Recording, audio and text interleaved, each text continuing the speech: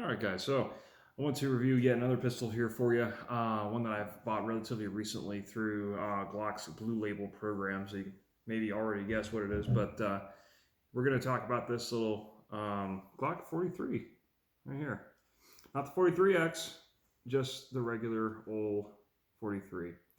And like I said, I got this through local stores, Glock Blue Label program. So they only sell to or at least only sell those specific locks to law enforcement, military, so on and so forth. So I am military, so I fit right into that category just fine, which I think is pretty awesome on Glock's part. And that's actually one thing I really like about Glock as a brand is that they do have this blue label thing set up, so I can get almost any model of Glock I want for a pretty reasonable, like, discounted price.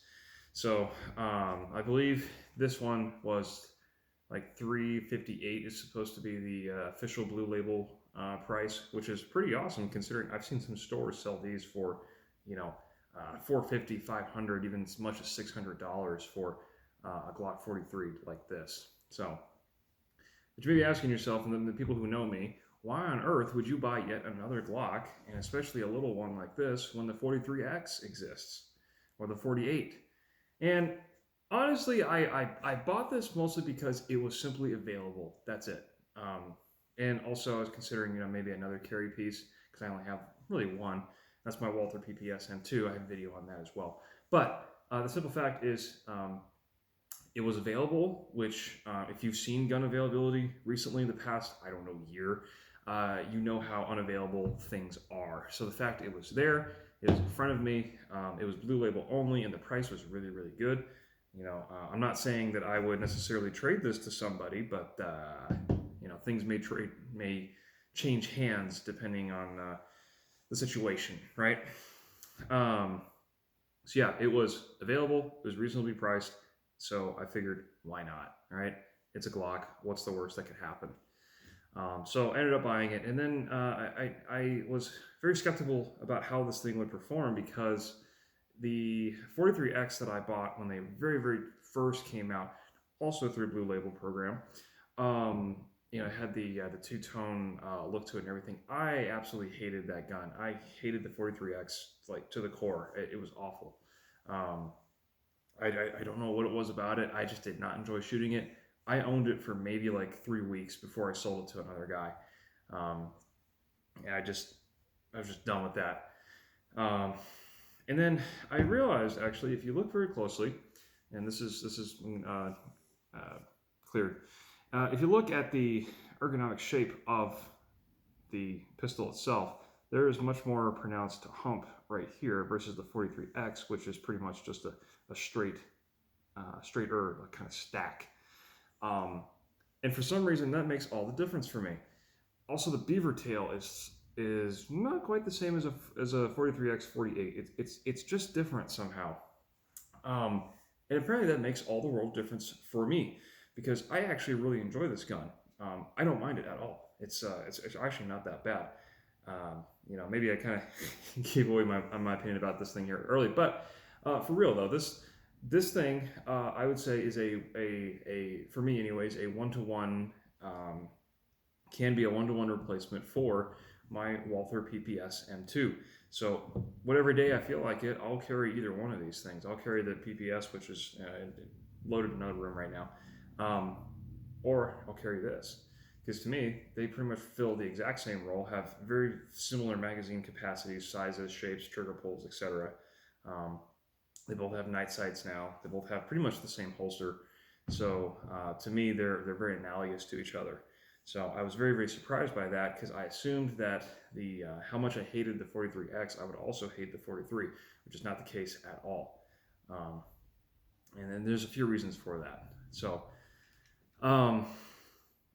also, when I got this, I really did enjoy the fact that the 43 has an absolute metric ton of aftermarket stuff that you can put in this thing, because with the popularity of the 43X, there are certain parts of the 43X that will also work in the 43, like barrels and slides, which there are an absolute crazy number of them out there for these guns.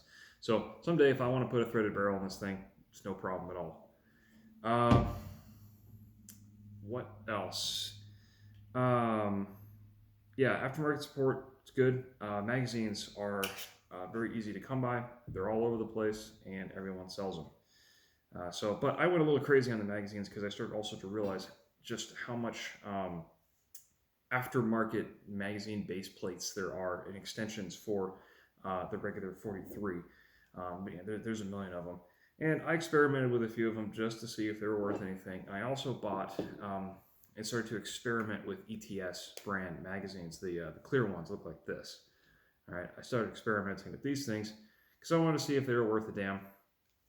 I have very bad experiences with kind of the cheapy, very chintzy, translucent polymer magazines because anybody who's been around a while will remember like 80s, 90s. I don't even remember which brand it was, but they used to make translucent magazines that were extremely lightweight for guns like the Mini 14 or whatever.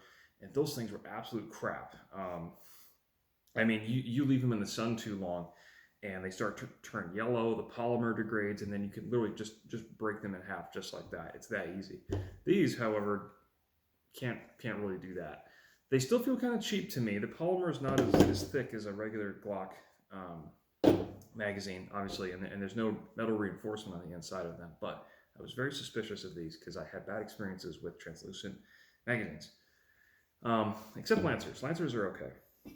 But anyway, so I grabbed an absolute ton of these magazines. I think I have 1, 2, 3, 4, 5, 6, 7 magazines here. Mostly Glock, but I tried different base plates. So I got the Pierce +1 extension here, just the little finger tab there. Got the Shield Arms +2. It's like a heavy aluminum base plate. That feels very high quality. It makes the magazine a lot heavier too. I've got a Vickers Tactical +2. This is probably one of my more favorite base plates just because it kind of keeps the same weight and feel for the mag versus the Shield Arms one, which weighs a ton. Let's see. I think it's the only ones I have. But yeah, you can go absolutely crazy with the magazine base plate extensions and all that. ETS also makes certain higher capacity mags. I've got the 9 size here, 9 capacity. I don't really like this one so much because I don't think they quite have enough spring power in this one. Because when I am shooting it, and that's a nice nice extended grip there. It looks a little bit more like makes me think of like the XD series of pistols where they have the big chunky plate there at the bottom. But it actually feels really, really good. It's very controllable. But this particular magazine does not like to lock back on empty. And I have feeding issues with the very, very last round because the spring is trying to keep up with the pistol. And I just don't think it's powerful enough. So the timing gets off and I end up having a jam on the last round, and it doesn't even lock open on empty anyway. So it's cool that it holds 9, but it's just not very reliable. I've got a 7+1 here, and yeah, to say that to be on the safe side with ETS mags, whatever their listed magazine capacity is, subtract 1 from it, and that is how you get the most, I would say, reliable and easy to load number of rounds in those mags, because this was a 7-round capacity magazine, but before I put the base plate on it, it was the same size as a regular standard Glock OEM mag, right? To jam 7 rounds into the ETS one was an absolute bear. I mean, I had to get my mag loader and just really, really jam that thing in there, and it was an absolute pain in the ass. Do not recommend it at all. 6 rounds is just fine. I also noticed too, when you do 7 rounds in this one, you cannot do a +1. It doesn't fit. You simply cannot put all of that stuff in there. But Glock OEM mag, little standard 6-round flush magazine here. I stick 6 rounds in this, and I do a +1, and it fits just fine. So, for total number of rounds in the gun, it's still 7. Right, either way. So I don't really see a point to ETS listing these mags as a 7-round capacity when it's not really a 7-round, at least to me, for my purposes. So be careful with that. Also with this ETS 9-rounder, it loads just fine with 8 rounds. If I try to jam 9 in here, this thing is like, you know, if you drop it, the rounds will probably just shoot out of the top. It struggles with 9. And considering the mag spring's already having issues, I decided not to put a extended base plate on the bottom of this because it just wouldn't work. There would not be enough spring or tension power to make it work. So, but anyway, enough about the mags. The gun itself is interesting because the trigger in this just seems to be a little bit different from, well, actually all the Glocks that I've owned before. I don't know what it is, but the typical Glock fashion of trigger is it's quite spongy. It's got some take up, and then it's a kind of a rolling break. Identifying where the wall is either very, very hard or just plain doesn't exist. On my Glock 22, which is my nightstand gun, that gun doesn't have a wall that I can identify at all. It's just straight rolling break, and then it just goes, breaks.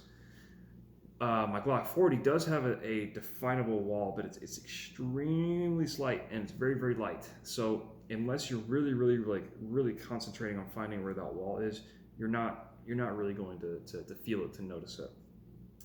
But this for some reason has a very defined wall. I can pull up to it, and I know exactly where it's at. And when I concentrate and shoot the usual way that I do, which is constant, even, steady pressure on the trigger against the wall until it breaks, that has always been the most accurate type of shooting for me. I can do that with this gun. Other Glocks I can't really do, or I've had trouble doing, and that's why I just don't shoot Glocks all that well compared to other guns that have more defined walls. But this one does, and it honestly surprised me.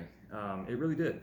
So I don't know what other kinds of differences in the internals they did with this over like the 43X, because the 43X I had did not have any of the trigger was completely different from this one. I don't know what they did, or if there's something different about this particular gun, but this one just has a great trigger for it, for a Glock. And I very much enjoy the fact that this one does have a definable wall, like I said, because that's how I like to shoot. So big points up there for that. Now, when I bought this one, it just had the standard Glock plastic sights. So, the big white outline and the white dot in the front. Unfortunately, while I was practicing my draws and shooting dry fire, all that in the house, just because I was kind of bored and I don't really have a lot of rounds behind this gun yet, I dropped it on the floor. I completely fumbled my draw, and it fucked it up, and I felt just really disappointed with myself. I'm like, I can't believe I did that. Oh my God. But when I picked it up, I realized it had landed on the front sight in such a way that it smushed the front sight, because they're soft plastic, right? The whole front sight, instead of being level like this, it was kind of like, it kind of mushed in like that. So when I looked at the sight picture, I could actually see it was smushed in, and I was like, this would happen to a plastic sight, Glock pistol, right? It would happen to me, God. So I went out and I went to Glock store, and I ordered OEM Glock steel night sights, which are present on the gun now. And I ordered these because my Glock 22, my nightstand gun, is also was a law enforcement trade-in gun, and it had the steel factory Glock night sights, which actually still work. And I quite enjoy those because it's very basic. It's just 3 tritium dots. It's bright enough. It's not the brightest I've seen, but it's bright enough. And I like shooting the 3 dots versus the standard Glock outline of the white outline with the white dot in the front. I don't really like those very much. So more conventional 3 dot, and this works just fine during the day as well. Just works like a regular 3 dot. So ordered those, got those bad boys put on there, so now we have proper night sights. But yeah, all the people who are all like, oh, it's not a big deal that Glock sights are plastic and they're not metal. No, it is a big deal. Because you do stupid shit like you drop your gun, okay, when you're doing dry fire practice and you end up smushing your front sight or whatever, okay. The simple matter of the fact is they are plastic, they are soft, they can more easily get damaged than simple steel or metal. That's just a fact of it. Then again, that was my fault, but still, I would prefer not to have plastic sights. So everything else about this, I mean, it's a Glock pistol. I've had absolutely no issues with this shooting, except for the bad magazine, like I mentioned earlier. That's more magazine than the gun's fault. Using Glock regular magazines, even with these base plate extensions, I've had absolutely no issues through it. I think I've had about 350 rounds through this gun now, which is actually quite a lot when you think about it, considering the price availability of 9mm at the moment, and my stash is getting very, very tiny. But dang it, I want to shoot this gun because it's really fun to shoot. Surprisingly, given it's a Glock pistol and it's super tiny, you think it wouldn't be all that great to shoot, but honestly, it is. I just have been very, very surprised on how this thing has been performing for me. I like it, I do. So as far as shooting accuracy, though, when I take this out to 10 yards and below, one-handed or two hands, I'm basically tearing the same hole in the target every single time. So I don't really get much out of practicing with this at super short ranges. So when I take this out to 15, 20, 25 yards, that's when things start to open up a little bit. Because as anyone who's shot pistols for a long time can tell you, shooting small pistols like this is harder than shooting full-size, larger pistols for many reasons. Surface area, grip control, triggers, sight radius, all those things put together make it more difficult to hit more accurately, more consistency at longer distances. And that's definitely true with this here too, especially considering I don't have a lot of rounds behind this gun yet. I have way more rounds behind my other carry gun, the Walther, so I'm more accurate with that gun. And I believe it has a better trigger than even this Glock here, but maybe I'm biased because I have more rounds behind it. But anyway, so 15 yards, the usual kind of like I'll have, I don't even know what kind of law enforcement like qualification target it is, but it's basically a human-sized torso target with a head target, and I'll practice usually at the most 15 to 20 yards with that. Various drills, 2 to the chest, 1 to the head.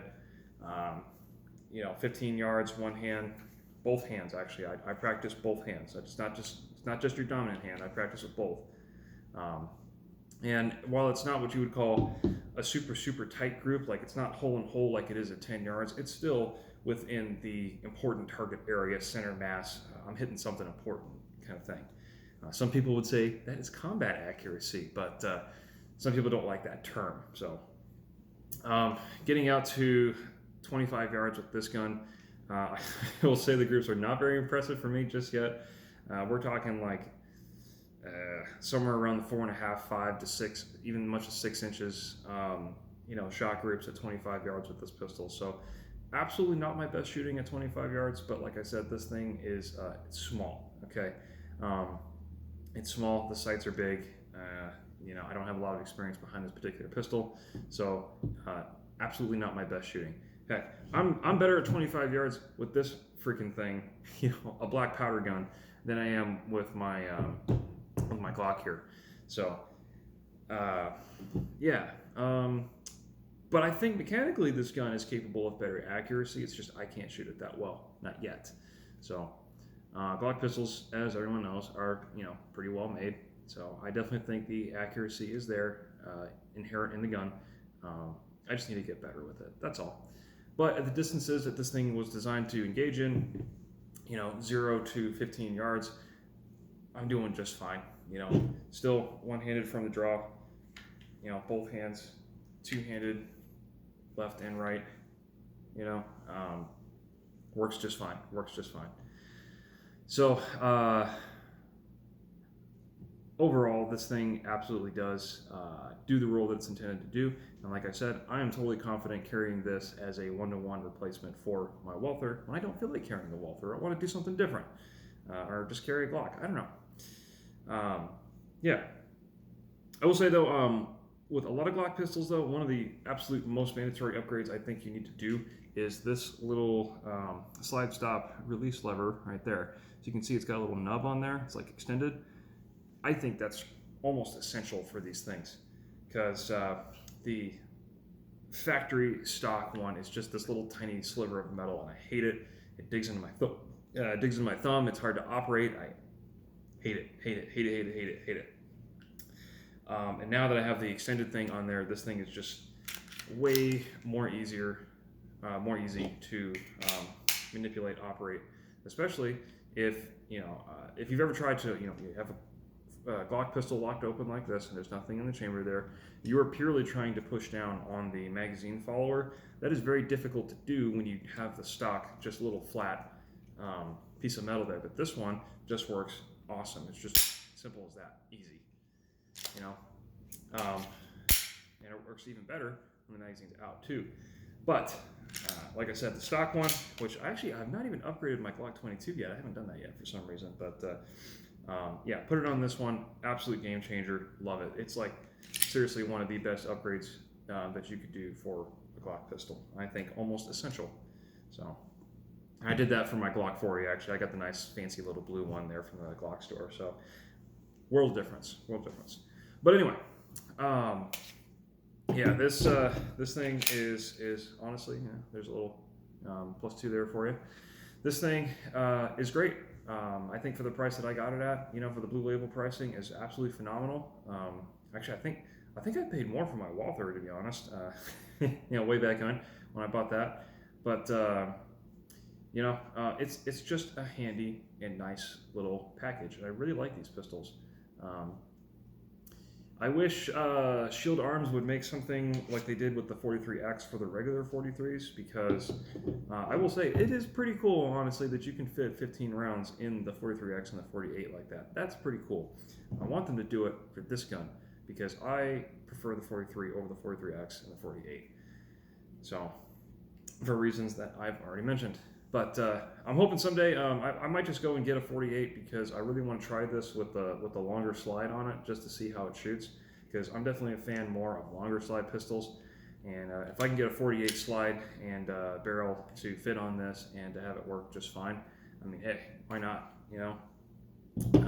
Some pretty good modularity there with Glock and everything, so try something new. But yeah, Glock 43, surprise hit. To be honest, it really did surprise me. I enjoyed this pistol quite a lot. I can see why so many people like it, and I'm really glad I got it for the price I did.